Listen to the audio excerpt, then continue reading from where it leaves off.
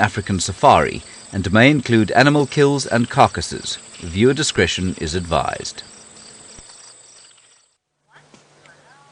Look at this magnificent elephant cow very close to us at the moment. Welcome everyone. This is Safari Live. Ready.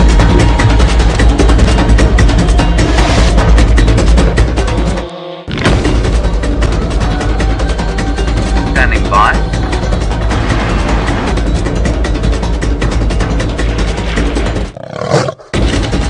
Five, 4, 3, 2, 1. You are live, you are live. Good afternoon everybody and welcome again to Safari Live. Great to have you with us. Look here, just going to wait for these elephants to walk past. They're really close.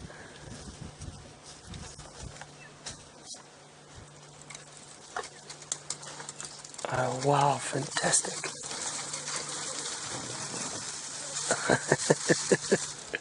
Right past us, incredible. Here comes a whole herd. A lot of young ones. There's a little one at the back there.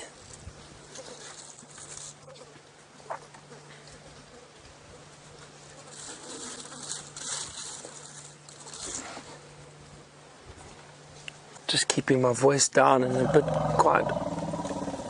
Oh, you hear that? Let's just have a look here. There's two coming through the bush here. They just gave off a little vocalization.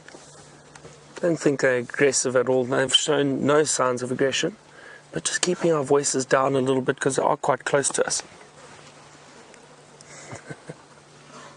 It's fantastic, absolutely amazing. They've walked right around us. See how they're flapping their ears, trying to cool themselves in the heat. It's very, very hot at the moment. So it's 36 degrees Celsius, about 97 degrees Fahrenheit. So really, really hot afternoon.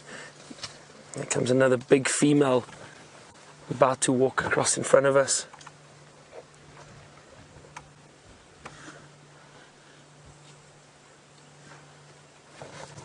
Wow. Wow, she's so close, so close.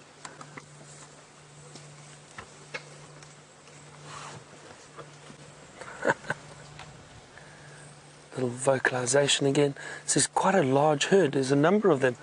Looks like there's probably about 15 or so, 15 to 20 elephants around here. Lovely size herd. What a great way to start.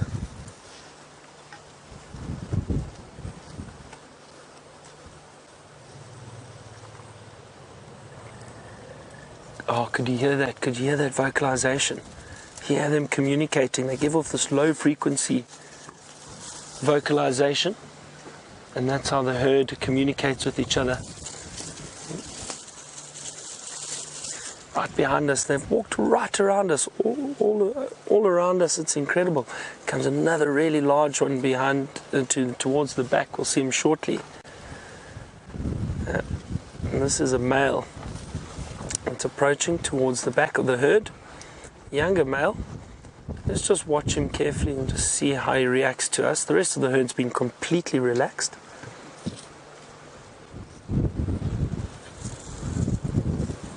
He looks okay too. And occasionally these males do try to show us that they are a bit more dominant and that we shouldn't get in their way. But very relaxed, not worried about us at all. Isn't that amazing? Afternoon again, everyone. My name is Byron, and on camera with me this afternoon I have Wiem. Hi, Wiem.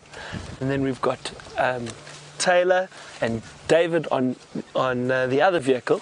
And wonderful afternoon to the ladies in the FC. We've got Kirsten and Lou this afternoon. It's great to have you with us on our Safari Live drive, our sunset drive, and what a great start. Don't forget to please send us your questions at #SafariLive on Twitter, or otherwise email us with questions at WildEarthTV, and we'll hopefully answer them for you. What a great start. That is fantastic. Look how they're reaching up into the trees trying to get those leaves. And just as quickly as they appeared, they've moved right through and right past us.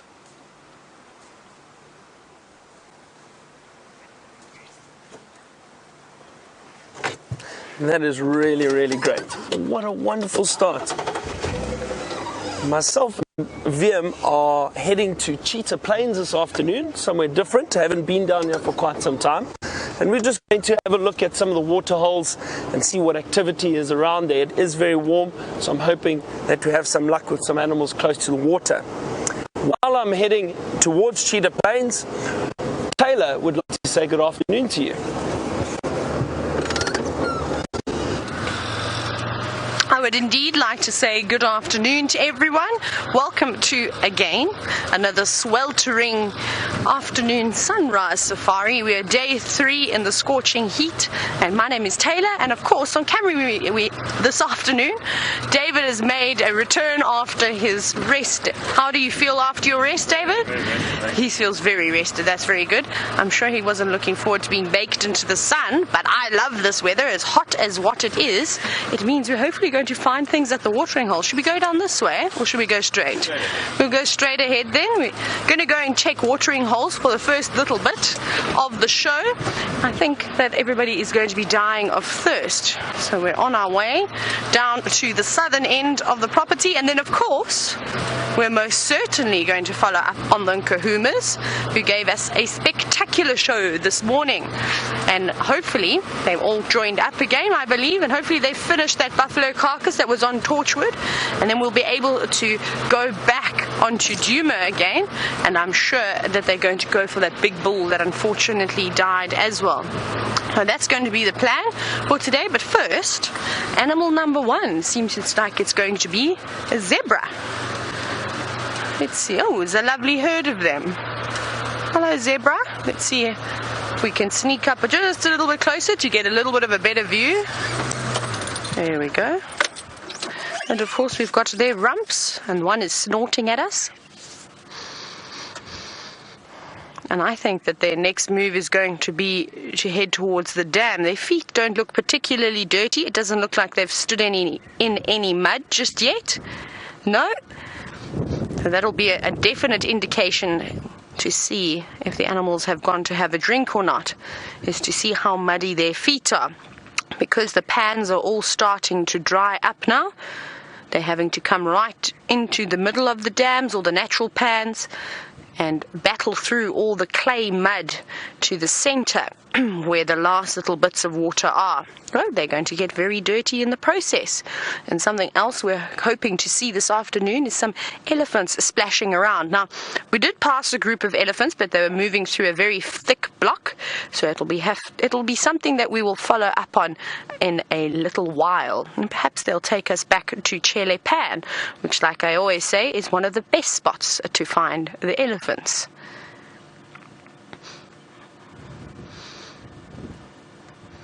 I thought that their tails would have been working overtime today with the heat that normally brings insects, but perhaps it's even too hot for the flies.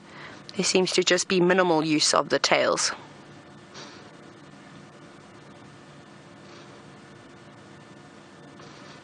Isn't this a fantastic way to start the day? It is very hot, in case you missed it. I'm not sure if Byron told you what the temperature was, but it's about 96 degrees Fahrenheit, so a little bit hotter than what it was yesterday, and there are no clouds in the sky. Or very few, very small ones. It's getting hazy and the wind has picked up since this morning, which is good because they have forecasted rain. Whether we get it, I'm not sure. We obviously all hope so.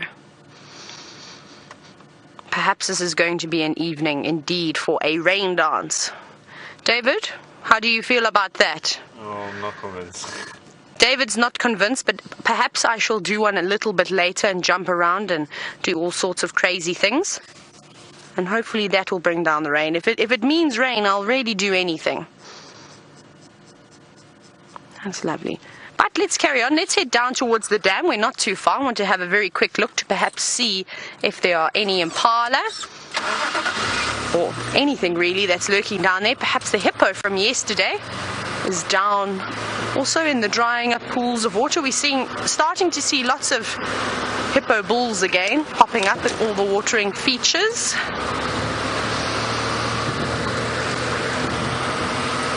Well, impala are here.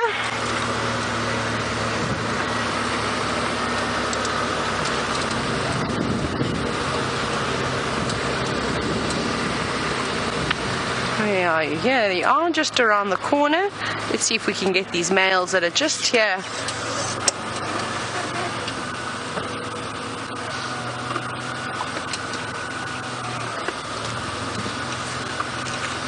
There they go. And of course this is how you normally see them when you see impala with me, is dashing off into the distance. Seems like just the boys are here. Didn't see any females, but I'm sure that will change once everyone starts coming down for a little drink. Oh, there was a little mongoose that ran around. Oh, there's a couple of them. Oh, they've all run away, hiding under the logs. There you go. There's one disappearing into the distance and up into the termite mound. I don't know if I'd be out today. I think the termite mound would be a little bit of a cooler place. No, I can't see any more mongoose. They've all gone. Well, we're almost here. Let's just head a little bit further forward.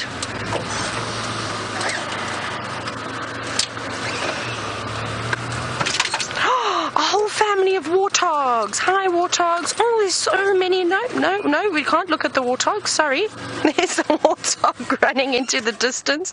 You can see, sorry, they're glistening on the back from all the mud that it was rolling around in.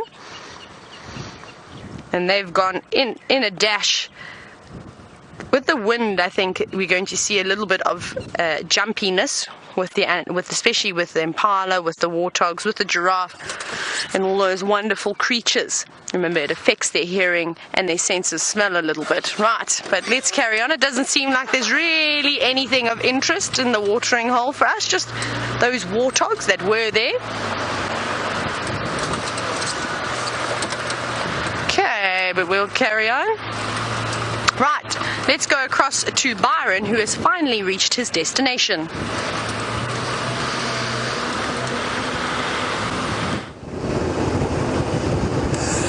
See, Taylor's got the same idea as me, as checking some of the water holes. It is very, very warm this afternoon. We're on Cheetah Plains at the moment, and just having a look around here to see if there's any water in this dam. Nope, I'll show you now, but it's completely dry, this little dam. Let's see if VM can have a look there for you. Now, see that? Just hard caked mud. No water in here, but there are some other water holes around this area which they do pump water to, and we're heading to those at the moment. Oh, hang on, VM spotted something over there. Let's have a look here quickly. Oh, let me jump off, let's see. Okay, let's have a look here. Excuse me a second. Unplug.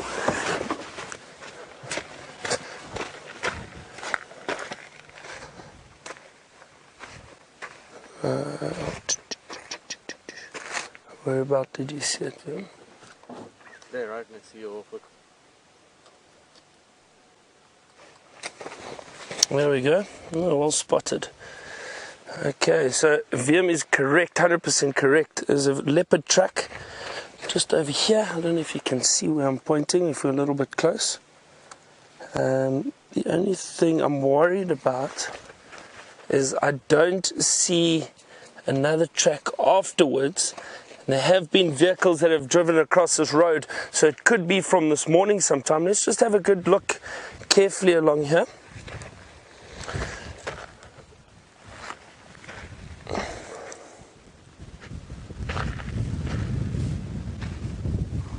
We're past some buffalo earlier, so you have to keep watching out the whole time when you are tracking, just in case there's something else around and not necessarily the animal that you're looking for.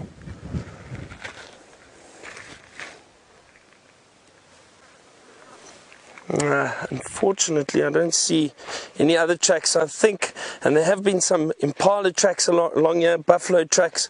It's just that one leopard track, but it's headed in this direction, and I can see the vehicle tracks, so possibly driven over from this morning. So well spotted there, VMG. But I do think that this was from sometime this morning.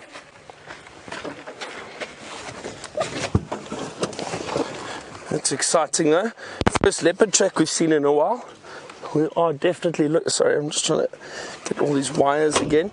We are definitely trying to find a leopard for you, especially this afternoon. So that's a good start though. It's a really good start. At least if we see that there are tracks around, we know that there's leopard activity, and the chances of then hopefully finding one are a lot better.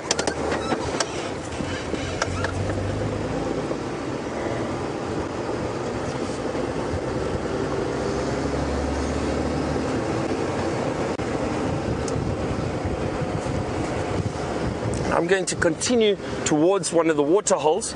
It sounds like Taylor's pigs have returned.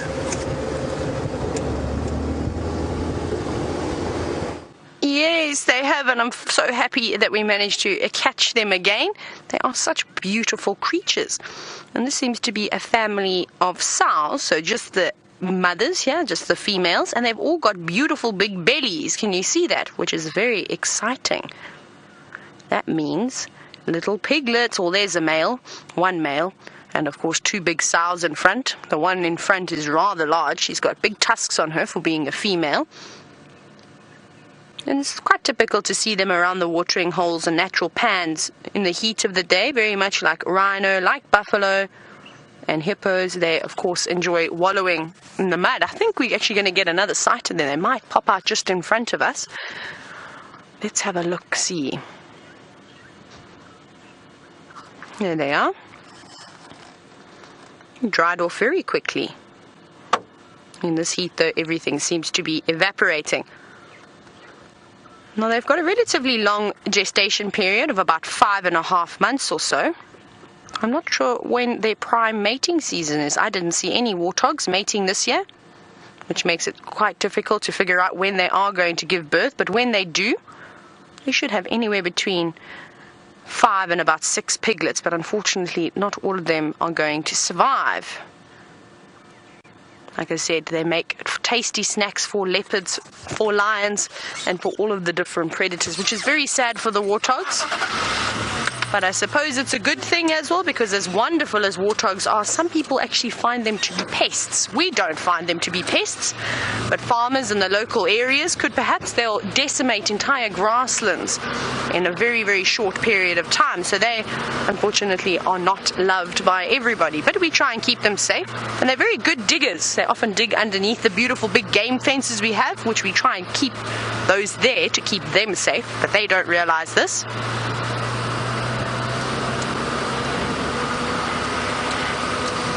Let's see if we can get one last look. They're trotting off now, but I think we could catch them. There they are.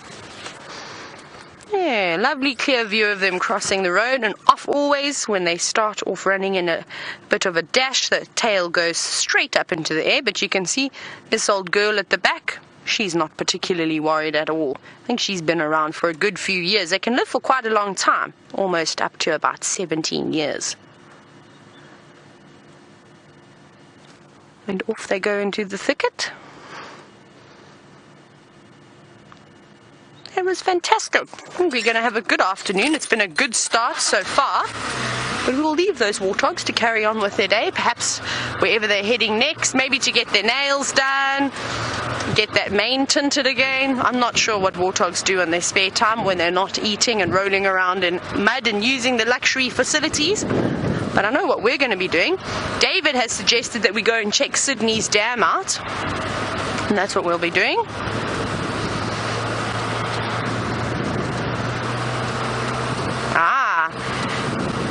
Now, Of course, this morning was a bit of a graveyard show in the sense of how many dead buffalo we had, which is very unfortunate because it was definitely a sign of the drought. I know that Debbie from Vancouver was wondering exactly the same thing, if we could perhaps go and have a look at all those carcasses. I'd love to. I think we're going to do a big loop though. It's extremely hot. So I think that if those lions were to have moved, I don't know if they're going to have moved yet, off from their buffalo kill that they had earlier, the little one. So after we've done Sydney's Dam, we're definitely going to go back and check the whole carcass, the second dead buffalo that we found. We're going to go over there and have a look. And then, well, we'll just have to wait and hopefully catch the right moment that they cross back into our traverse. Now I'm just having a scan. I can't believe as quick as the bush greened up and thickened up, it almost looks like it's disappearing again. Don't you think, David? It's looking very dry all of a sudden. Sure, and that's amazing how quickly that happened. Well, it's getting pretty windy here, so hopefully that's going to bring the clouds in. But let's go back across to Byron and see how he's going and how those leopard tracks are doing.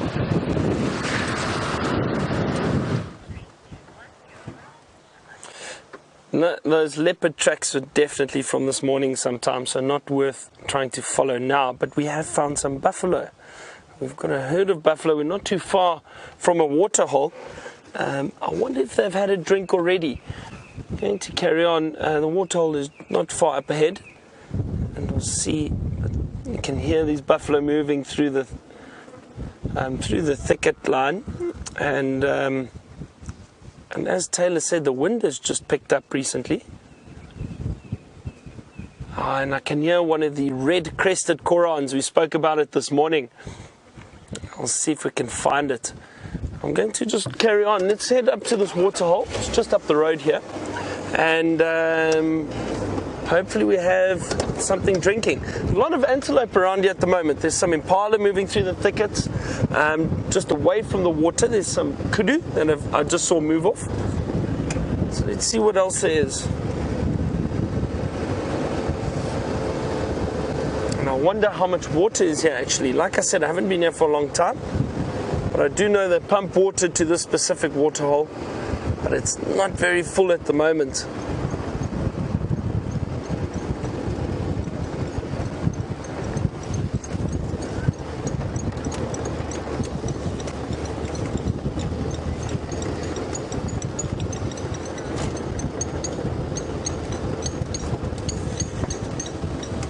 Reposition, going to park in the shade a little bit here. Egyptian geese. There we go. So Wiem and I don't cook completely in the heat. And yeah, so got a few water birds around. The Egyptian geese, there they go.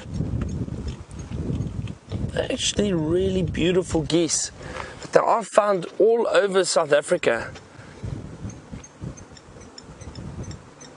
And especially around waterholes. You can hear some blacksmith lapwings calling in the distance, just behind us in the bush. Maybe they come round towards the water a bit later.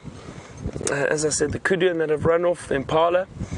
We just got a question from Brian. Good afternoon to you, Brian. And Brian has asked us how many vehicles would typically move through an area like this for an afternoon game drive or during the day.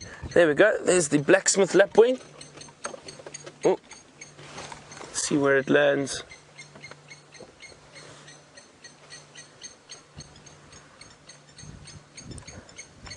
Beautiful sound as it flies. It sounds almost like a blacksmith hitting away at a piece of metal, and that's where I think it gets its name, the blacksmith lapwing or blacksmith plover. Brian, getting back to your question, it all depends on the areas. So, for example, where we are situated in what is known as the Greater Kruger National Park, and we up in the Sabi Sands, which is a private area, so only the lodges that are around here are able to go have vehicles on the land and on the property. There are traversing rights around here too, depending on which properties have those agreements. So it all depends on the size of the lodges. Some lodges maybe have 3 or 4 vehicles for smaller lodges. Other lodges that are a bit larger may have up to 12 or 14 vehicles. Those lodges probably have a greater area. I know in this area there are a number of different properties around. There are traversing rights available, or traversing agreements, and you could have between 5 and 15 vehicles moving on an area of about 12,000 hectares, 10 to 12,000 hectares. In some areas I know there are about 12 or 14 vehicles in about 16,000 hectares. So they try and spread it out as much as possible. But again, it depends on the area and it depends on the traversing. Whereas in the national parks, obviously that's open to the public and you can have a lot more vehicles, but there the rules are different. They cannot off-road like we can. They cannot track and follow the animals. So it is very different. They have to stick to the main roads. So completely different to these private areas where we are operating.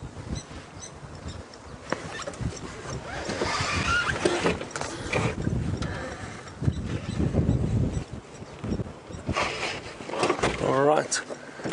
Don't see much else happening here at the moment. Oh, hang on. Something interesting. Viam, if we can have a look off to the water's edge, I'd just like to show you some butterflies.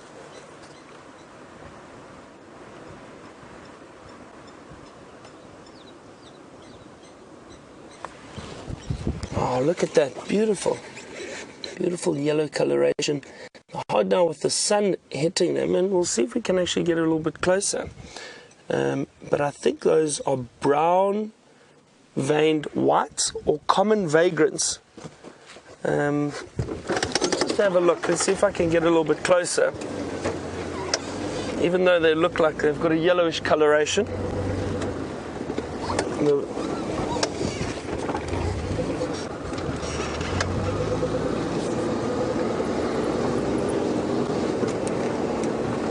Can see the very prominent brown veins on their wings, if it is those that I'm thinking of. Where are they now? Can you see them there, Viam, from your height? There we go. Okay, no, these are not the brown veined whites. I saw one fly off to the left there. These are different. And I think these might be the common vagrants, if I'm not mistaken. If there are any butterfly experts watching, they can shed some light on it, but I'm almost certain that these are common vagrants. Just having a good look with my binoculars. Sometimes these little butterflies do look quite similar, but there's certain butterfly species that you do see regularly in the area, and especially in little groups like this around water. So it's nice. It looks like they've come down to drink. There are quite a few other ones around here, but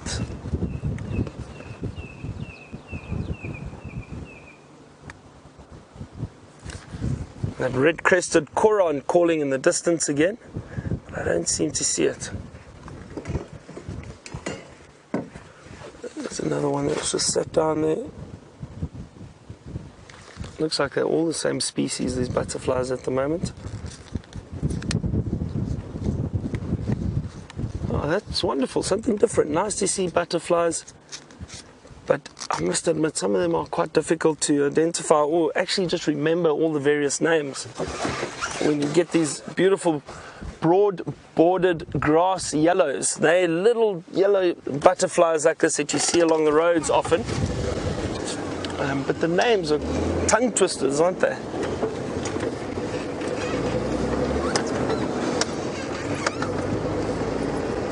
I'm going to continue wandering through Cheetah Plains, checking some of the other water holes and see if we don't have animals coming down to drink. Perhaps we just missed those buffalo moving off, so they may have had a drink a bit earlier. And while I continue, let's get an update from Taylor.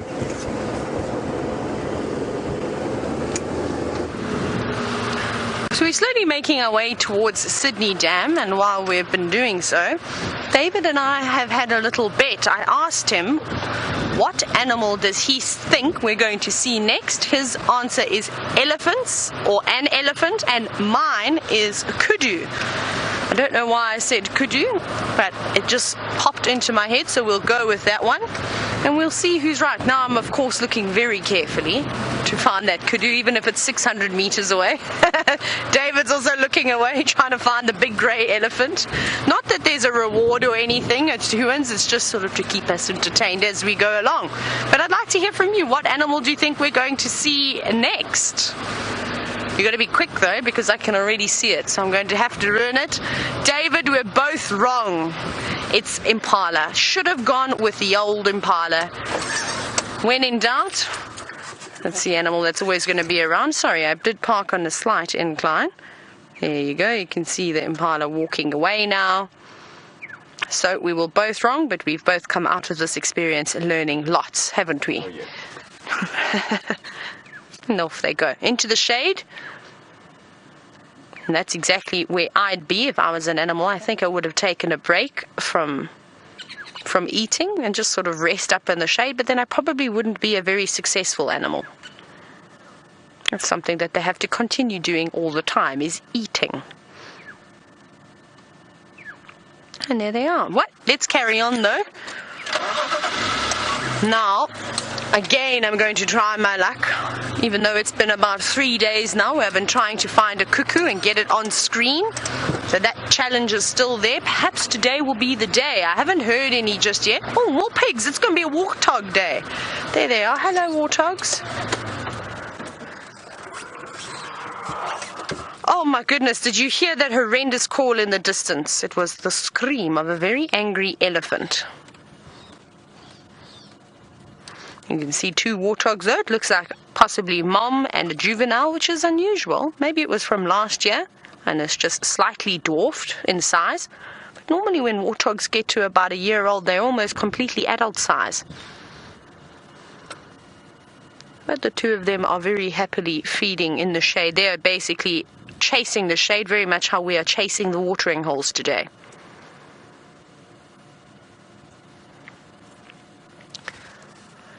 And we always chat about how sort of well and effective the different colorations are on animals for camouflage and all those amazing things. And one of the most successful sort of adaptations to try and evade a predator or put off a predator are those long whisker-like tufts of hair off the side of the warthog's face. Can you see that? Now, it may not look like much now, but you can see when you get a little bit of light catching it, it sort of shines quite white. It's a lighter hair compared to the rest of their body. And from a distance, when a warthog is looking face on to its predator or to whatever has given it a fright, those look like massive tusks protruding from the face. And the first time I heard this when I was very young, I thought that that was preposterous. Until I saw it, and I can still remember when I was a young girl looking, I think I even shouted out, "Wow, that warthog's got big tusks." And to my dad's response, he was basically like, he laughed and he said, "I told you that the hair looks like tusks," because I never wanted to believe him. I was always reluctant to believe my dad's stories. He often used to tell all sorts of fibs. And then I would repeat them because I was such a trusting girl and everyone would laugh at me. So sometimes I didn't take his words, but I can indeed agree with my dad now. Having a lovely munch. Now you can really see how dry the ground is. Not even able to stay in one spot and eat the grass. Not even bothering going down on the knees, because the distances between the patches of grass are getting larger and larger now.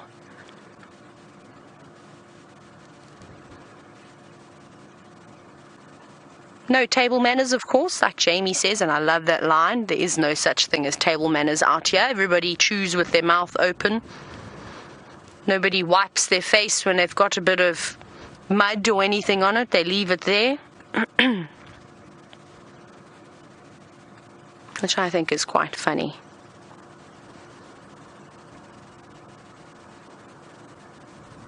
Something that we also might start to see with the vegetation drying up again and, well, the rain, we're not sure when it's going to come, is perhaps to start seeing the warthogs coming closer and closer into camp, which is going to be quite exciting when you come around the corner and there'll be a big warthog boar there.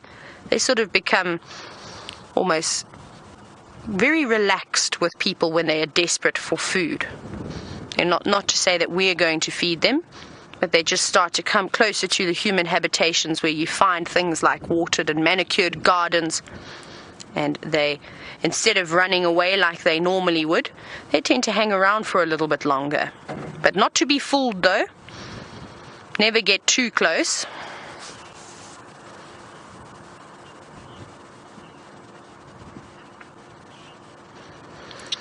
Jamie, hello. How are you doing today? Oh, I'm going to just say I'd had my foot on the brake for some very naughty reason. Now, Jamie, you want to know how many teeth do warthogs have? I have absolutely no idea. I can see, though, that they've got 2 in the form of tusks. And the rest, well, I haven't actually had a count. Now, I know we've got some perfectly good warthog skulls in the tent, so I'll have to head in there this evening and count them. And then, Jamie, I'll have to get back to you a little bit later. I apologize for that. I can't even begin to imagine how many teeth they would have. I know they have molars, though, which they'll use to grind up all the grass and whatever else they manage to eat. All that marula fruit that we should start seeing at the beginning of next year.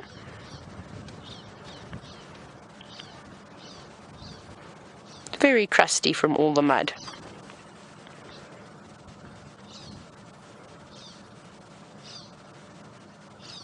It's really lovely just to sometimes sit and have a listen to what's going on.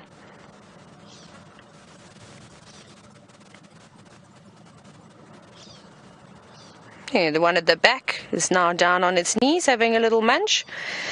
But we're going to carry on, I'm afraid, to head towards Sydney's dam. And while I do that, let's go to Byron, who's got plenty and plenty of buffalo around him.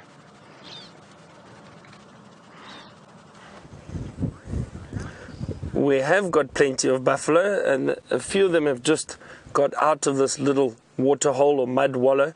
But look at that, caked in mud, that big bull. And they do that to cool themselves down and protect their skin from all the flies and the insects, and they love to wallow around in the mud. There's one actually, you can just see the horn sticking out just to the right of that one. That's, there we go. Completely submerged in the mud. Must actually be quite nice lying in there. I'm a little bit jealous. Let's see what that other one does. Seems to be scratching a little bit on the sand.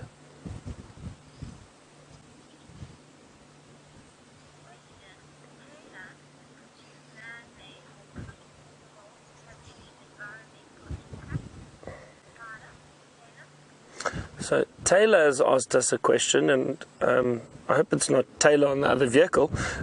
Taylor's asked us if these man-made water holes have any environmental effect. And Taylor, I think we need to remember that over the years, 100 years ago, when man first arrived in this area and we took over managing these game reserves, there was natural water and no fences, and animals could move where they wanted to. What has happened over the years is obviously fences have been put up because of the increase in the population and people around these game reserves. So to protect the people and to protect the animals and the conservation areas. So the animals are unable to move around as much to find water like they used to. So we need to have these unnatural water holes, which we pump water to provide water for a lot of the animals. But that debate has been going on for many, many, many years. I do think it does play a little role in the movement of the animals and also the effect of the vegetation around the water holes. You can see it's quite bare in this immediate area, and it's possibly because of an increase in animal density around the water holes, so not a lot of vegetation is able to grow. But again, we need to remember the animals aren't able to move around as much as they used to go and find food and water, so it's a tricky subject, but management is definitely needed. But I do think it does affect certain areas to an extent. But if it's managed correctly, it's not an issue, if that makes sense. So I hope that answers your question, Taylor, but a very good question, because that is a debate that a lot of conservationists have had for many, many years.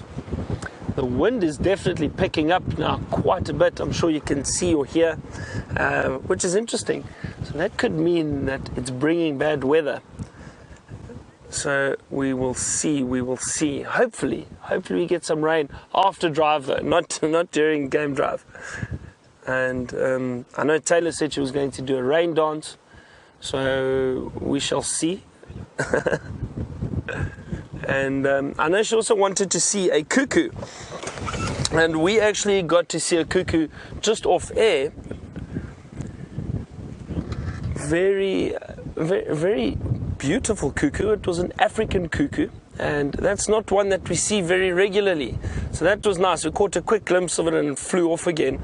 And I know we've been trying to show you a cuckoo for a while. There are a number of cuckoo species, so we'll hopefully find some for you over the next few days and going into summer. Jimmy has asked us a question about the drought, and has it affected us quite badly because it's moving into the rainy season. So Jimmy, well, this drought has been particularly bad this year. This has been really, really bad. A lot of the water holes and rivers have dried up, which some I've never seen dry before. But because of this long or extended dry period, it has been very bad. And it has definitely affected a lot of the animals. We've seen, and some of the results of this drought we saw this morning, all these buffalo that have been or being hunted by the lions because they're just not as powerful as they would be when they have a lot of food around. And a lot of the buffalo are looking quite thin and struggling a little bit. So a lot of herbivores, because there's not a lot of food, they have been struggling during the dry season and the drought. But it's starting to become green. We're starting to see green grass shoots popping up and a lot more vegetation, flowering and just flourishing a little bit. So hopefully with the little bit of rain, we're getting bits and pieces here and there.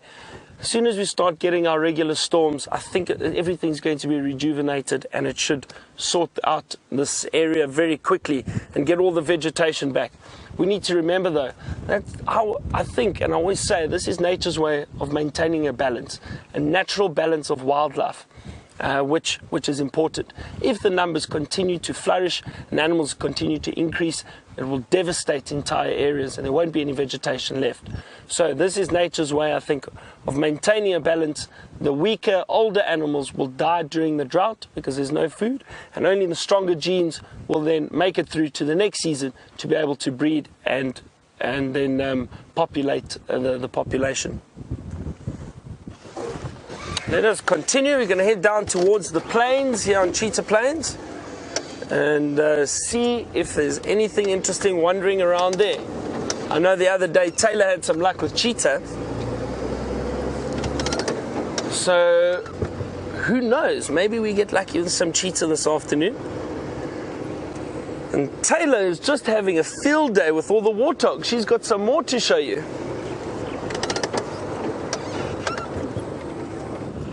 Byron, I really do hope that you do indeed find some cheetah on Cheetah Plains. That would be fitting. And of course, we are having a warthog kind of day, which is quite nice. I don't think that anybody would be disappointed in a warthog day, seeing as though they are rather difficult to capture on camera. We have definitely had all the luck in the world, which is lovely. I'm loving this. It started off earlier today when we went to test Wendy. We took Wendy on a little drive to see how she's doing, and she seems to be doing very well, which is exciting news in case you were worried and having sleepless nights because you don't know what happened to Wendy. Wendy is one of our vehicles if you've just started watching. And then we tried to watch a warthog in the wallow, in a mud wallow, with Kirsty and Rebecca, but it did not want to do so, which is very, very frustrating. And now, of course, they are doing the best that they absolutely can. Look at this. A little bit hot, even they are breathing quite quickly. And I'm sure that you can hear that the wind is now picked up quite substantially.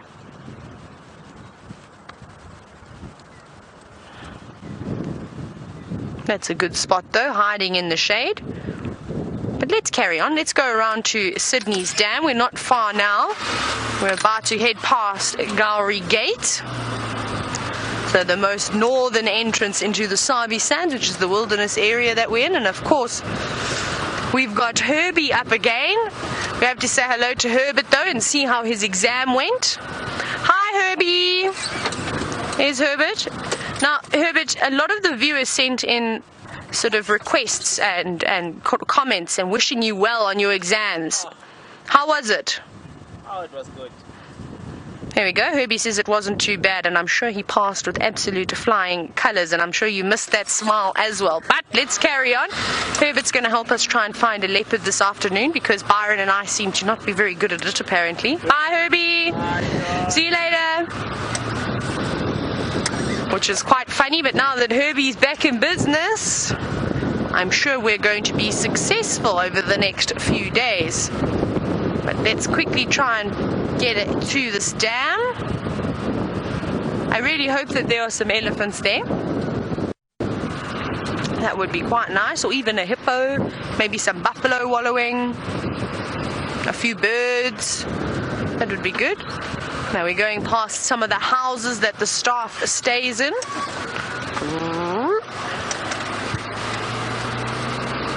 We're just going to get past them now, and then we will have Sydney's Dam on our left.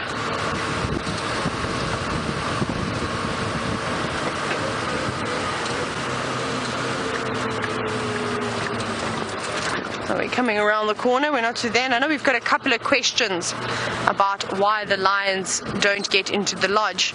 Now, they actually do. Oh, can we go here? We can go here, hey? I always forget that we can come down here. And, sorry, Kirst, I didn't quite get the name there. Lyot. Is it? Layet, sorry. And you were wondering, why is it that they can't get into lodge? They actually be surprised they could. That electric fence, most of the lodges have electric fences around them, but unfortunately that doesn't always work, and sometimes they will come through. Normally it's a bit of a concern, to keep the buffalo and the elephants out. And of course the antelope, well, it's quite difficult because if it's a low fence, they'll just jump over. So where I used to work, I used to bump into the lions on a regular basis, taking guests back to their rooms, which was always quite fun and quite interesting. You can see this lovely Inyala bull just starting to get his little horns now, and he's very relaxed with us. That's quite impressive. Normally they will dart across the road if they seem to be far away from its mother, but perhaps mom is just nearby and already moved off and into the bushes. Wasn't that lovely?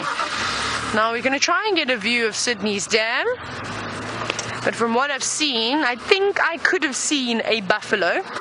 It also could have been a rock or a log or an elephant. I didn't have a proper look. A quick glimpse, so we'll see if we can get a view up here. David, do you think we're going to get a better view? Yeah. Right. There we go. Up and over the top. Just basically heading to higher ground. We're a bit almost below the dam at the moment. Right, up we go. Now we need to just find a nice gap to look back in.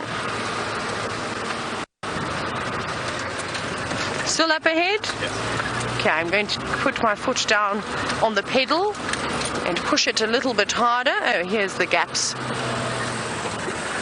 Okay, there we go. How's that? Can we go closer? My goodness, I keep forgetting, and I think I keep doing this with David every single time, as I think that we can only drive in certain spots, but I can actually head further. I'm always edging on the side of caution, though, just in case. Oh, I can see some buffalo. Let's see if we can get a gap. Back a little bit, hey? There, is that good? Yep. It's very far away. Now the wind is howling.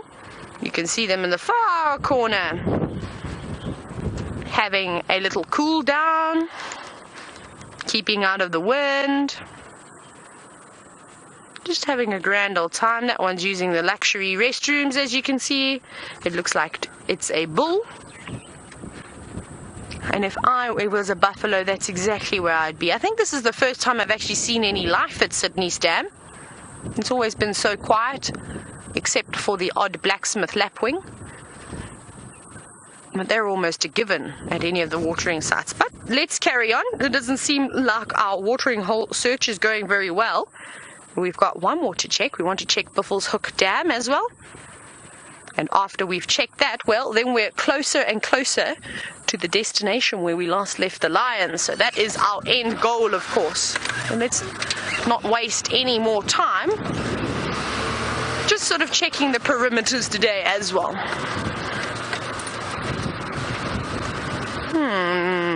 Right. Let's go down here. Now we have got this long stretch of road ahead of us. I think we're going to see some elephants along this way. I just have a good feeling about that, which would be nice.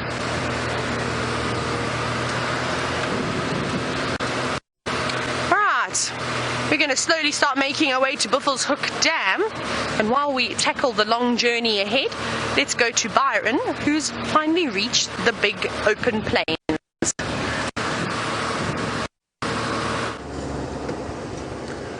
I have indeed reached the plains, Taylor, but, oh, hang on, just two little steenbok running off in front of us. Let's see if we can find them for you.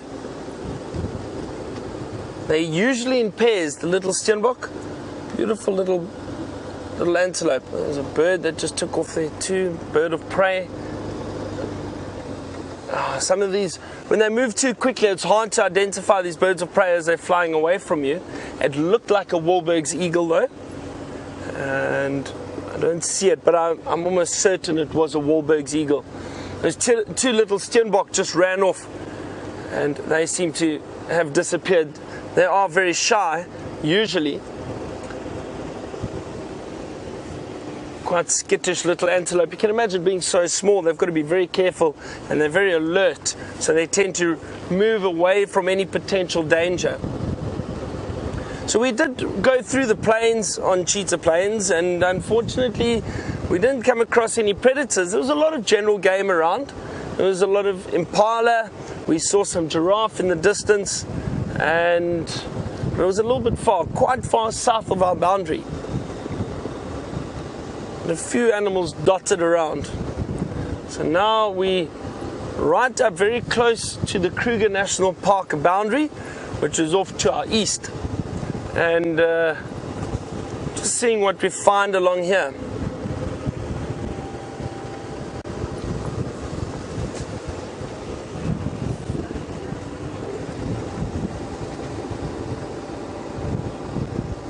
So Kelly has sent through a comment, and Kelly would love to see an aardvark and an ostrich. Well, Kelly, I'm not sure when last they saw aardvark in this area. We do get them in the Sabi Sands. There definitely are aardvark around. I've seen tracks of them. I've never seen one in the Sabi Sands though. The only two that I ever saw, the one was being eaten by lions. They had killed it during the evening. And the other one had been caught by a leopard and had actually been hoisted into the tree. But they're very, very shy, and out here I think when it's so hot, the aardvark don't really enjoy the heat as much, so they come out really late at night. Very shy nocturnal animals. Another part of the country in the Kalahari, I've been there a number of times, and I've had a lot of luck with seeing aardvark out there. They because the temperatures in that area, especially in winter, get very, very cold. And the aardvark come out a lot earlier in the afternoons, and if you're lucky, you get to see them at 4 or 5 o'clock in the afternoon wandering around looking for food. Ostriches, we do have ostriches around, and if I'm not mistaken, I think I saw a few on Cheetah Plains in June when I was last here. I think there were a few ostriches around. I know down in the southern part of the Sabi Sands there have been some ostriches. So there are ostriches around, just haven't seen for a while, but who knows, they could come through at any stage. I think our chances of seeing an ostrich are a lot better than seeing an aardvark.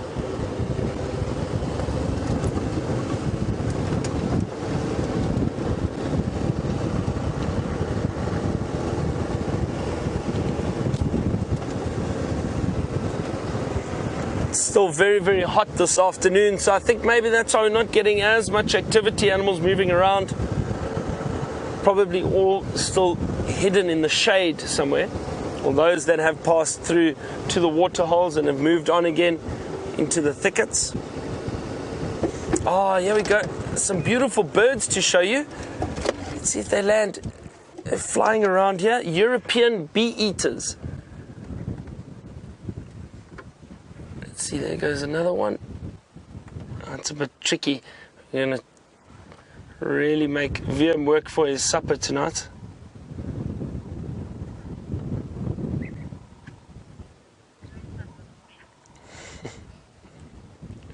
There we go, look at that. European bee-eaters. Now these are also migratory birds, and they arrive back here in the summer. A lot of them have just returned. Well, they've actually been here for a while. I remember hearing some about a few weeks ago. Flying all over the place. Hopefully one or two perch for us, and you can have a look at them. They've got beautiful colors. Let me see if I can quickly find them in the book just to show you the coloration. There's one just behind us on that very thin branch of that larger tree sticking out over there. But the glare at the moment, but there you can see it. European bee-eater. That's nice, and usually you hear them flying around, but to see them is quite difficult.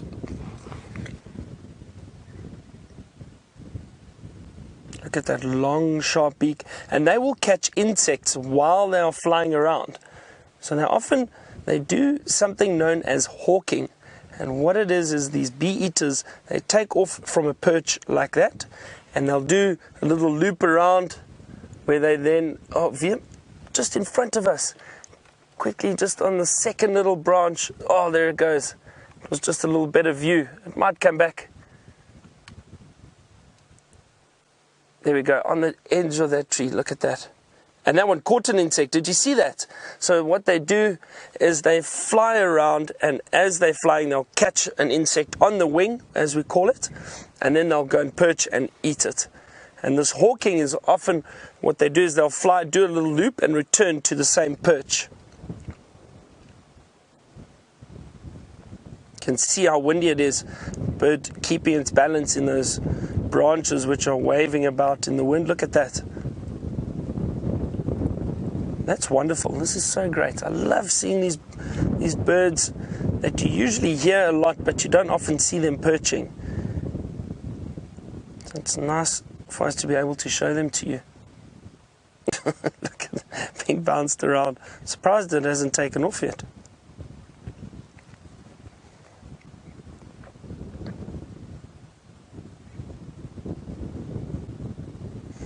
Alright, let me just try to show you a little picture in my bird book over here so you can see the beautiful colors of the European bee-eater, and that is it, that one over there.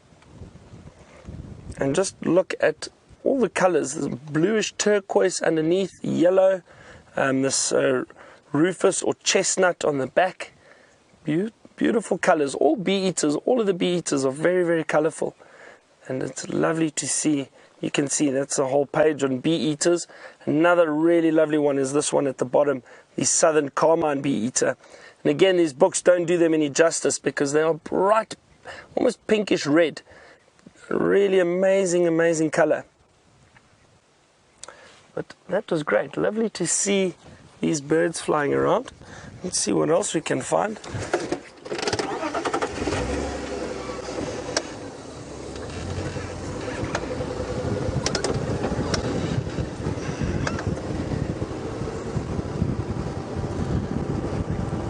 I'm going to continue searching these plains, and while I do that, Taylor's got something different that she'd like to show you.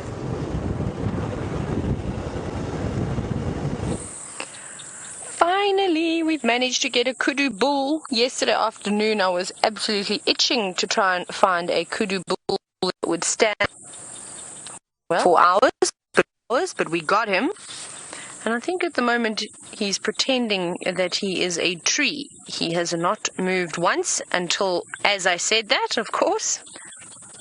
Very concerned about all the little birds chatting away all of a sudden, so he's listening quite carefully. Listen to this. Turn your volume up.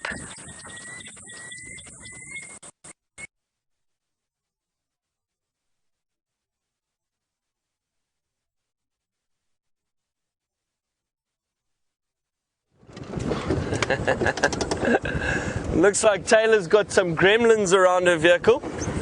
That's alright, we're still searching the plains. Moving into some thicker bush now. Hopefully we get something wandering around through here. So keeping my eye out for little animals that might be hiding in the shade of these trees. You can hear some cicadas around here. It's definitely a sign of summer. These cicada bugs calling, it's an amazing sound.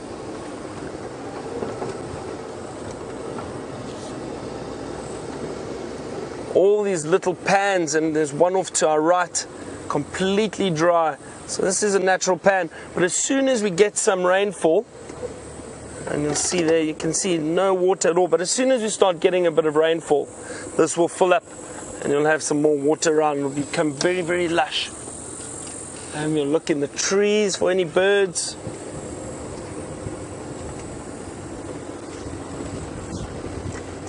And I also have absolutely no idea where we are at the moment, other than the fact that we're on Cheetah Plains. This area I haven't been to before, which is nice, so I'm exploring a little bit.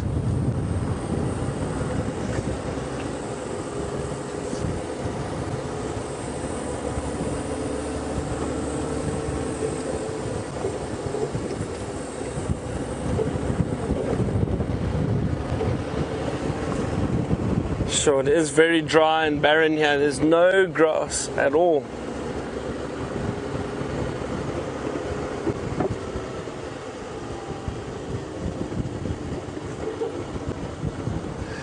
We've got a question from James. I think I'm struggling to copy Kirsten a little bit. It sounds like James Duncan. And James would like to know if I did any animal viewing when I was in the States. So I have recently returned from a trip to New York, did some marketing over there for our business, and what a wonderful trip. I really enjoyed New York because it was so different and really not something that I'm used to at all, and definitely a different kind of jungle. I could not believe how many people there were, just all over, littered in the streets, until all hours of the morning. So it was an incredible experience for me. So I think different animals, not quite the animals that I'm used to, but it was a lot of fun, and we met so many wonderful people and had a great time with the guests of ours and their friends and people that are going to be coming on safari with us in the future. So it was really, really wonderful.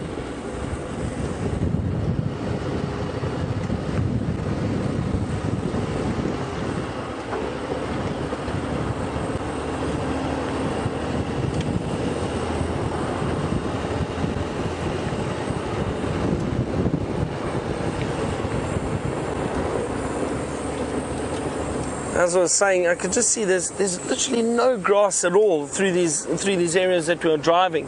There's little shoots popping up at the moment, but all these areas, these plains, completely dry or barren, and that's because of the bad drought. But it'll be good to see it recover again.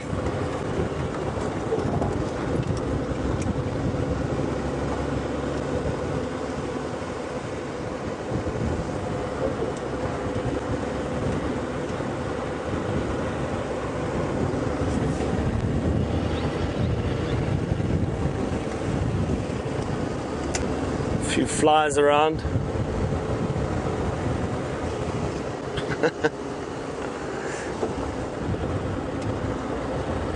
Sounds like Taylor's managed to beat off the gremlin. She's got signal back. Let's get an update from her.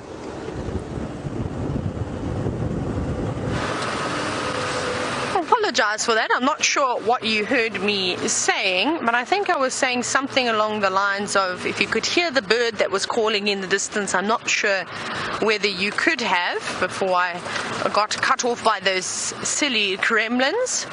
I was listening to a pearl-spotted owlet that was calling quite close by.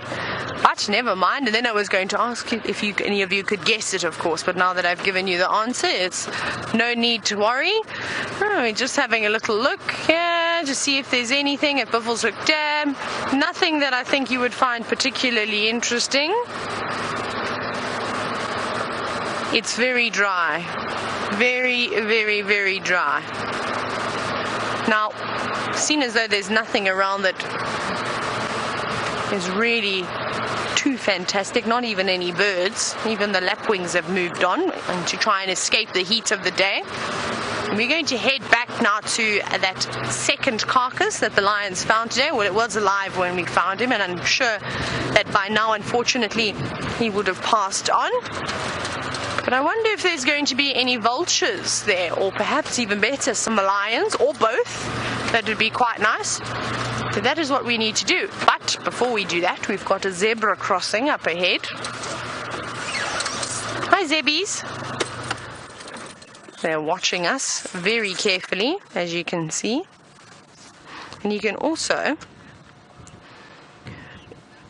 Right. Let's very quickly go across to Byron, though, because he's got a very special antelope.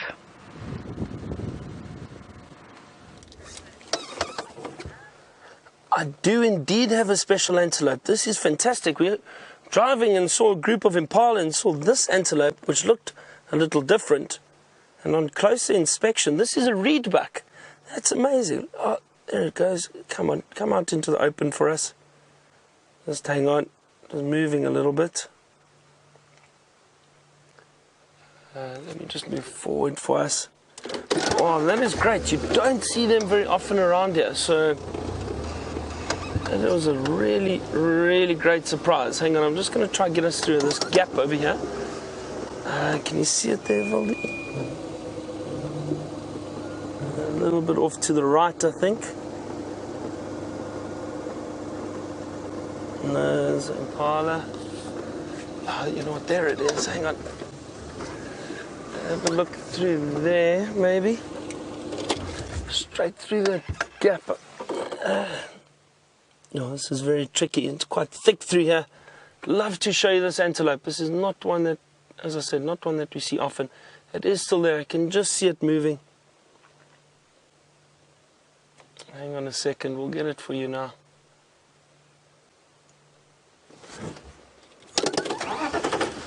Let me just try to reverse a little bit more here. You can see its head sticking out there. There we go. So straight through these two trees, through the back there.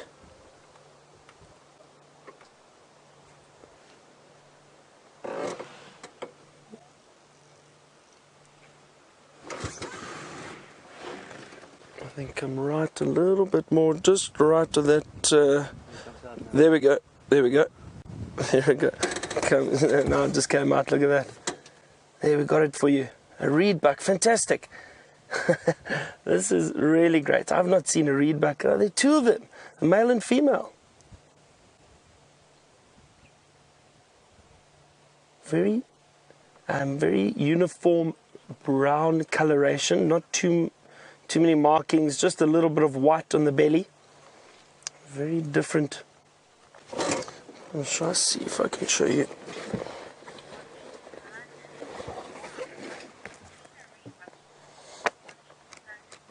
Yeah, and Monique from London has just sent us a comment and said, wow, she's never seen a reedbuck before. And I wonder how many of our viewers have seen reedbuck here. And because I know we really don't see them in these areas very often. So it's wonderful to see them, especially here. They tend to prefer open grassland, long grass. Look at that. Oh, that's the male. Wonderful. This is very exciting. It's always nice to see new species, or species that we don't see often.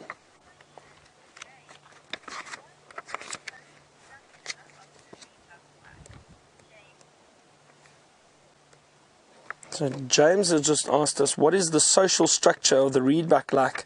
So James, I've seen them in small herds, never really large groups like the Impala, much smaller herds, occasionally in pairs or sometimes solitary. Just trying to see if I can find one for you.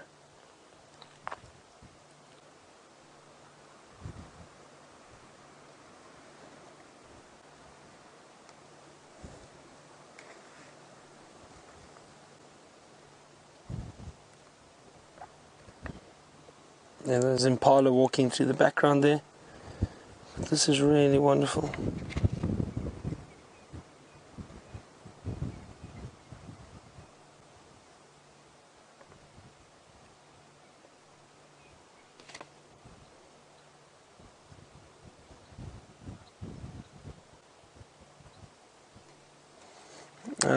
And James, also with the social structure, almost similar in terms of the Impala, where the one male may have anywhere between 2 and 6 ewes. A ram will have a number of ewes or females, but not very large herds, not large groups at all. Look at that. That's amazing.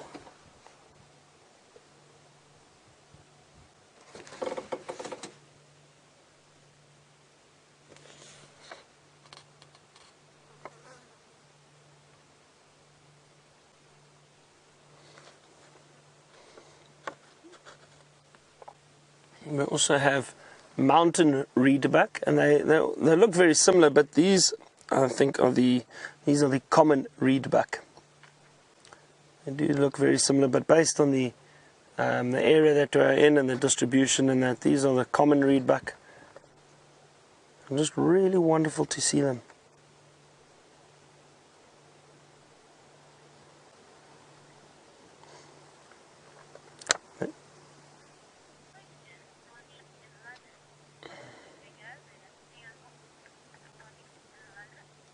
Monique in London again would like to know, are these reedbuck bigger than a steenbok? Yes, Monique, they are much larger than steenbok. They're almost the same size as an Impala, just to give you an idea. So those Impala walked past earlier, they're fairly, I wouldn't say large antelope, but medium size. They're not as small as a steenbok or a duiker. They're much larger than that. So about the size of an Impala.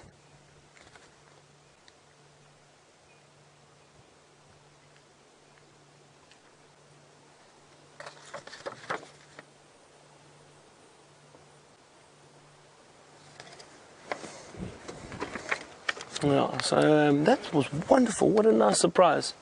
I just read quickly that there have been some records of groups of up to about 20. That's the largest. So again, as I said, not nearly as large groups as Impala, and usually in pairs or groups of 6 to 8, somewhere around there. And especially what I've seen in the area, I think it also depends on the area that you're in. But that was, what a great surprise. So funny, I was driving and I saw these Impala, thought, hang on, that looks different. That's not something we see every day. And it was these reedbuck. Fantastic. Just shows you, you never know what you're going to bump into out here. And that's what makes it so exciting, and that's why I love doing what I do. Every day is different.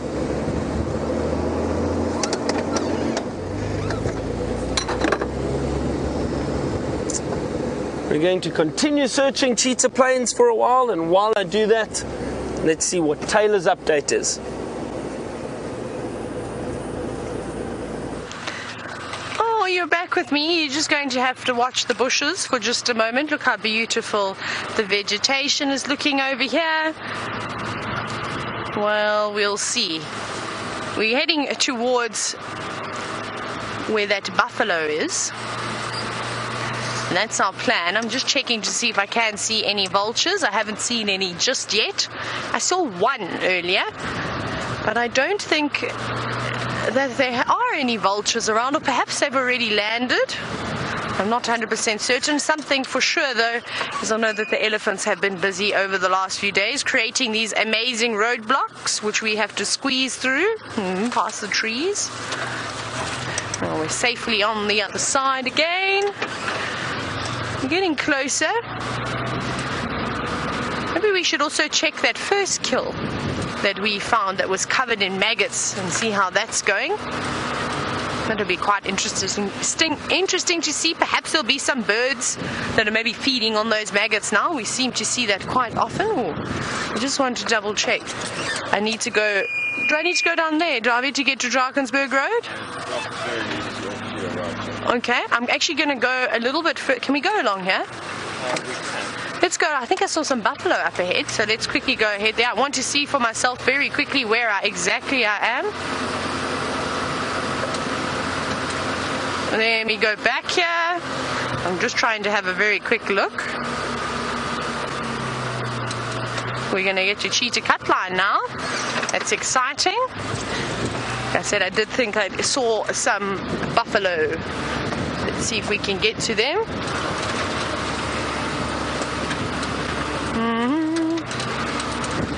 And then we will get back onto Drakensberg Road and take it from there. Perhaps the buffalo were a little bit further away. They could have been on Torchwood side. I saw them just over the horizon, so I think they were just on the other side. I can actually see them. I can see them all. Here they all are. Oh my goodness. Okay, I see a big group of buffalo. Let's have a look at them. There's also lots of zebra around.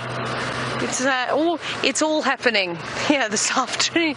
There's an array of animals that have decided to congregate in this area, but let's find the buffalo. Now the buffalo, better be very careful because the lions are out and about. We go forward a little bit more. I think we're going to get a little gap through here. How's that, Darby? Can you see anyone? There's a buffalo there. There seems to be not a massive herd of them. Just a few, maybe about 20 or so, all scattered out in the bushes, moving towards the shade. I suspect that they'll be on their way towards Buffelshoek Dam. Oh, can hear some zebras alarming in the distance. I think that's where everyone is heading. The zebra, definitely the buffalo. Right. Oh, I know a few of you are going to be very happy to see what Byron has found for you this afternoon.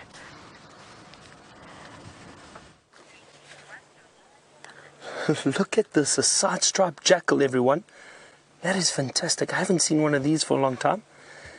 And amazing light. I'm a bit upset I left my camera back at the lodge. There it goes, the side-striped jackal. We get two species of jackal in the area, the black-backed jackal and then the side-striped jackal. Black-backed jackal probably a bit more prevalent in most parts of the Kruger, but I found in the Sabi Sands what I've seen in most areas is there are a lot of side-striped jackal. Let me see if I can quickly find you a picture of the two different species just so you can see the difference.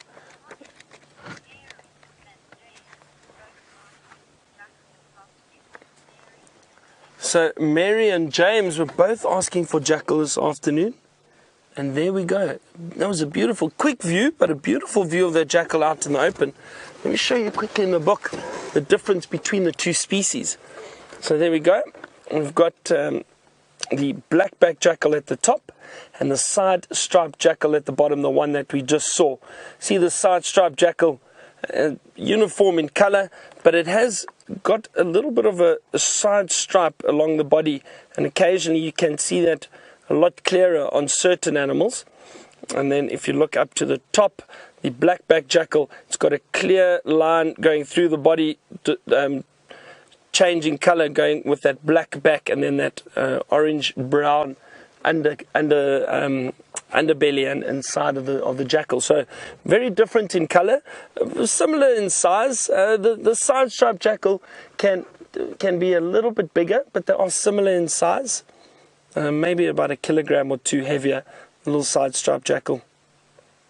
And the side-striped jackal do scavenge a little bit, but not as much as the black-backed jackal. Black-backed jackal you'll often find around carcasses where hyena or lions are, and they'll be hanging around on the outskirts trying to get a little piece of the carcass.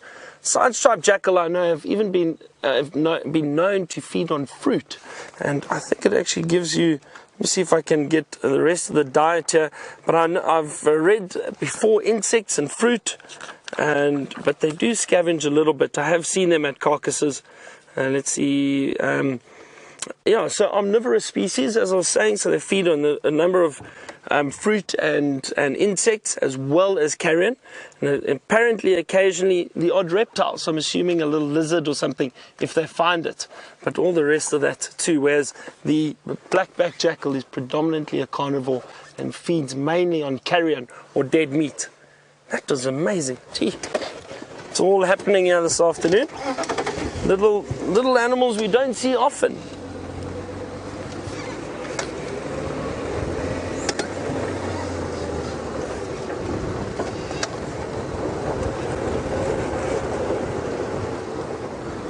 I'm sure you're all very happy and as excited about the jackal as I am. That was really great.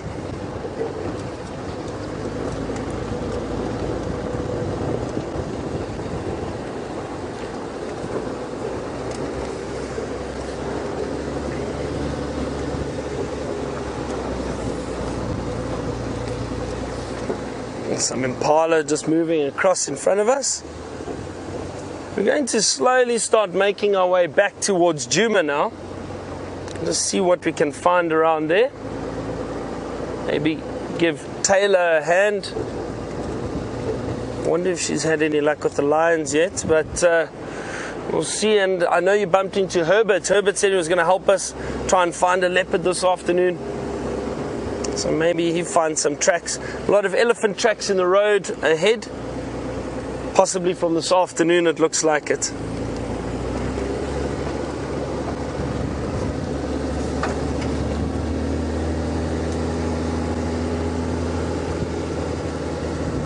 And I know Taylor was heading towards one of the buffalo carcasses we found this morning.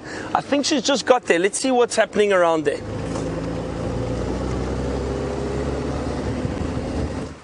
We have indeed arrived at the buffalo, who unfortunately is not alive anymore. He has succumbed to his injuries, which I suspected to be a horn to a very sensitive part of his body. And you can see where he bled out. If you remember, if you watched this morning, you would have seen the lions lapping up the blood. That is the pool from which they were drinking it. Now, they haven't come back. The reason why I parked so close, because I wanted to have a look at the pile of blood. You can almost see where his front legs are, how he was struggling, unfortunately, a little bit earlier as he was fading into his final minutes of life. Now, of course, this is very, very sad, and it's unfortunate that this has happened, but it is life, and now it has provided a meal, whether it's going to be for the lions, for the vultures, for the hyenas, even like a jackal, which you've just seen, would happily feed on something like a buffalo. This is what happens. The strongest will survive and the weakest, unfortunately, will move on. But those ticks are absolutely massive, how they've swelled up. And there's a variety of different ticks there. I can't imagine that those ticks that have almost swelled up to the size of an almond now would be able to get any bigger. They look like they're about to burst. And you can slowly see the flies coming down, and soon it'll be covered in flies, very much like the other buffalo carcass. I think what we're going to do, though, is we're going to leave this carcass. And we're going to go back to the one that was covered in all the maggots, because there's clearly no lions here. And it sounded like Taxon said that the lions are still in Torchwood and they're fast asleep. So we'll have to just listen out. I'm just checking over my shoulder and see when they come back across. And of course, we will try to get in then. But rest in peace, buffalo. Thank you for providing a meal to the rest of the animals. Now we need to just quickly get out here. And we need to go back to the central Drakensberg junction. where we'll be able to find the other carcass. Now, I'm hoping that we're going to be upwind again of the carcass like we were this morning. We're not going to get an awful smell, even though I can smell something, and I think it could be the other buffalo. Oh my goodness, a lot of animals have died here. Can you see that kudu? Oh my goodness, this is sort of very much like a graveyard. That was once a kudu with a beautiful set of horns. Perhaps the lions killed it. It doesn't seem to be very, very old. The horn moths haven't even started developing on the keratin yet, the keratin moths. Right, but let's continue towards that very terrible smell that's coming from the distance. Makes me nervous trying to get up close and personal with the next buffalo.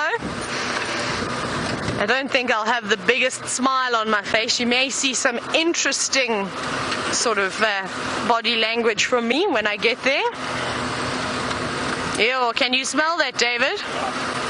It's smelling ripe. Actually, I can see some vultures. That's going to be quite interesting. They're in the distance on the tree. When we get a bit closer, we should be able to have a look. That's good for us. Perhaps they have spotted the carcass, because that's exactly where we need to go. Let's have a look from a distance. Who's up there? Are they in vultures? One vulture, and that looks like another vulture. Is it another vulture? Yes, it is. It's just got its head tucked in, the whiteback vultures perched up on this tree. But let's not wait any longer. Let's go in for a closer inspection. I think that's a great idea. Woo.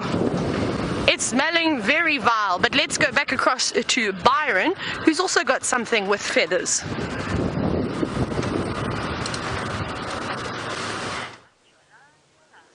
I have indeed, much smaller than a vulture though. These are little white crested helmet shrikes. And they're beautiful little birds. Look at that.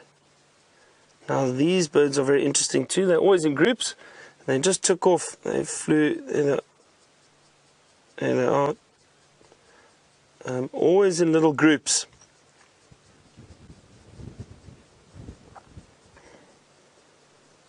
But beautiful birds. You often hear them, but again also sometimes difficult to see. They fly off quite quickly.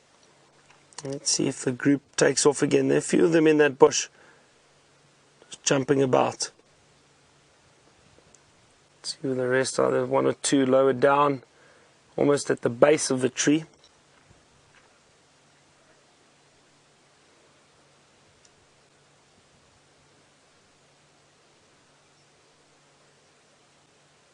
There we go. Look at that. Beautiful. And they've got this beautiful yellow around the eye. You can see that there.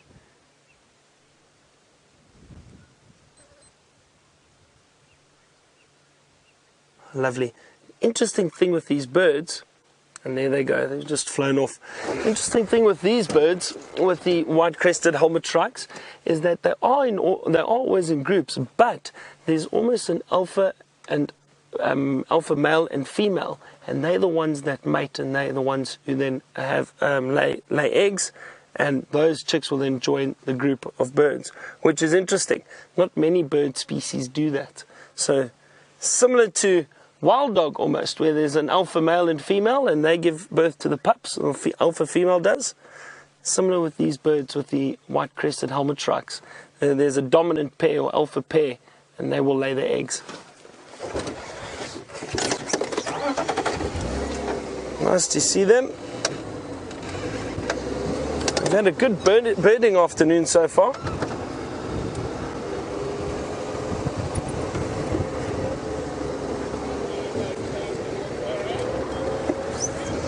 So James Richard, good afternoon to you. And James would like to know, what is the largest cuckoo which occurs in this area? And I'm trying to think the largest one.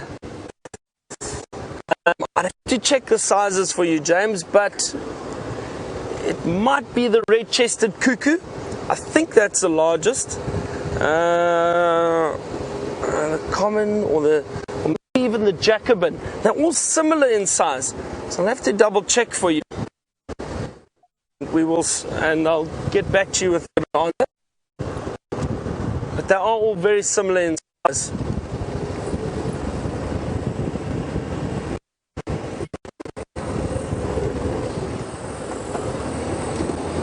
Going to be heading out of Cheetah Plains now and back towards Djuma.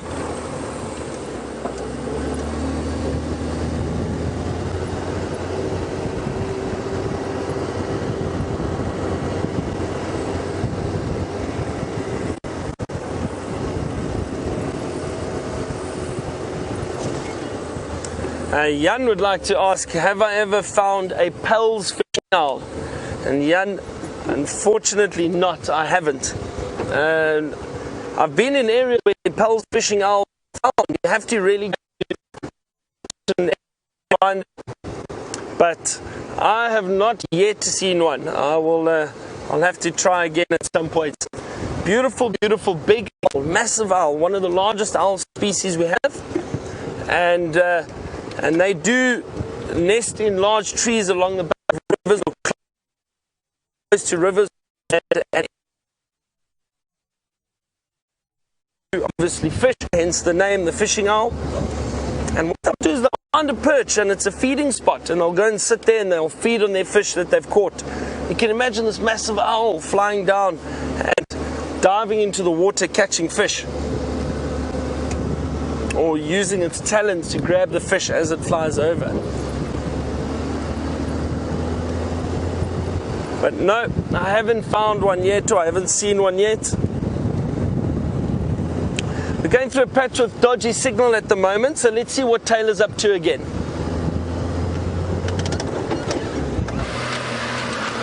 Well, you've caught us doing a fair amount of off-roading. I'm desperately trying to find that first buffalo carcass we stumbled across, and it is proving a lot more difficult than what I thought it was going to be. So I think, David, we're going to have to follow our noses quite literally.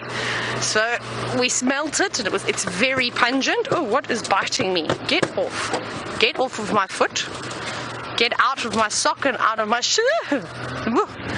I don't know what it was, but it was big and it was crawling on my leg, and it looked like it had very big mandibles, and I did not want to be bitten, hence my little squeal, and I threw it straight out of the vehicle, not interested in examining it. Now I can smell the stench coming off the buffalo, so we can't be too far away, but if I remember correctly, it was quite far in.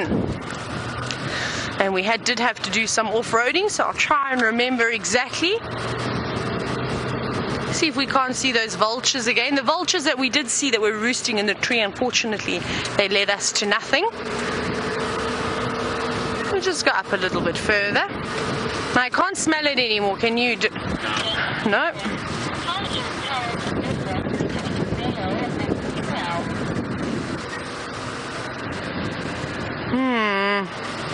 Okay, I think this buffalo hunt may be a little bit of a bust, as I can't remember exactly where it was, and I don't want to off-road unnecessarily too much. I tried to follow my tracks in, but I wasn't able to. Okay. So we will carry on. I'm looking for some elephants and some cuckoos. Now, Lauren, you are wondering, how do you tell the difference between a male and a female vulture? With great difficulty. There is virtually no sexual dimorphism between the vultures. Perhaps the male is just slightly bigger and has a slightly longer wingspan. But other than that, I think it is very, very difficult. I surely can't tell them apart. But maybe we'll try and have a look. But no obvious sort of features like different colors or anything like that. So it's a tough one, Lauren. I'm sure only the experts of birds would maybe be able to tell them apart. But we can have a little go at it. We will try when we find some more. But now I don't know where that carcass is. And if I remember correctly, it was quite far off the road. So we could have been driving off-road for quite some time. That's okay. We will carry on. And it seems as though those pesky gremlins are back on form. Maybe those gremlins like the heat, and they tend to come out and maybe breed with all the rain that we had, and that's why we're seeing an abundance of them. It's sort of a boom, like what we sometimes see with the termites, or sort of once a year when we have that explosion of termites. I think we have an explosion of gremlins currently, but don't worry, that will be okay. We'll fight them off with everything we've got.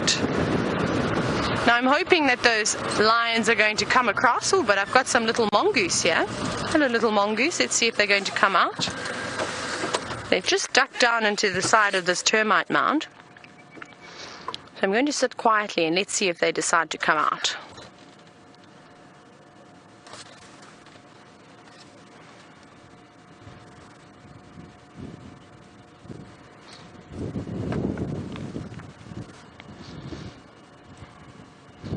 We're being very patient, waiting for these mongoose to pop their heads out of this termite mound in case you've just turned the show on and wondering what on earth are we looking at. There were some tiny grey mongoose, dwarf mongoose that just, there we go, there's one popped its head out right at the base of the tree. Yes, patience is the key when you're out in the bush. Not so nervous with us, hasn't really even had a look at us just yet, and of course the mongoose knows we're here. There we go, hello.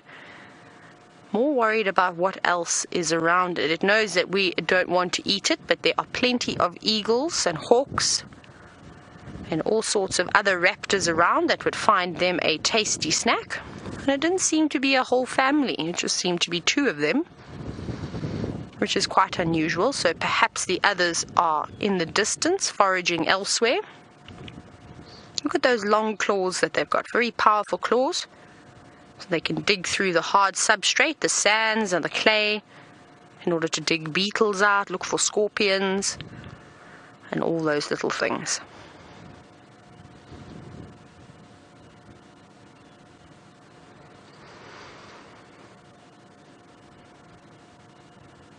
Here we go, coming out now, not worried about us at all. Where's your friend? Your friend perhaps not as relaxed as you are.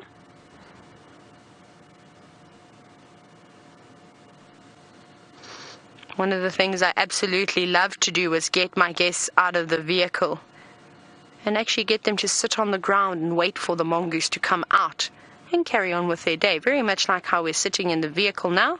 We waited patiently. That often happens as well. They're very curious creatures.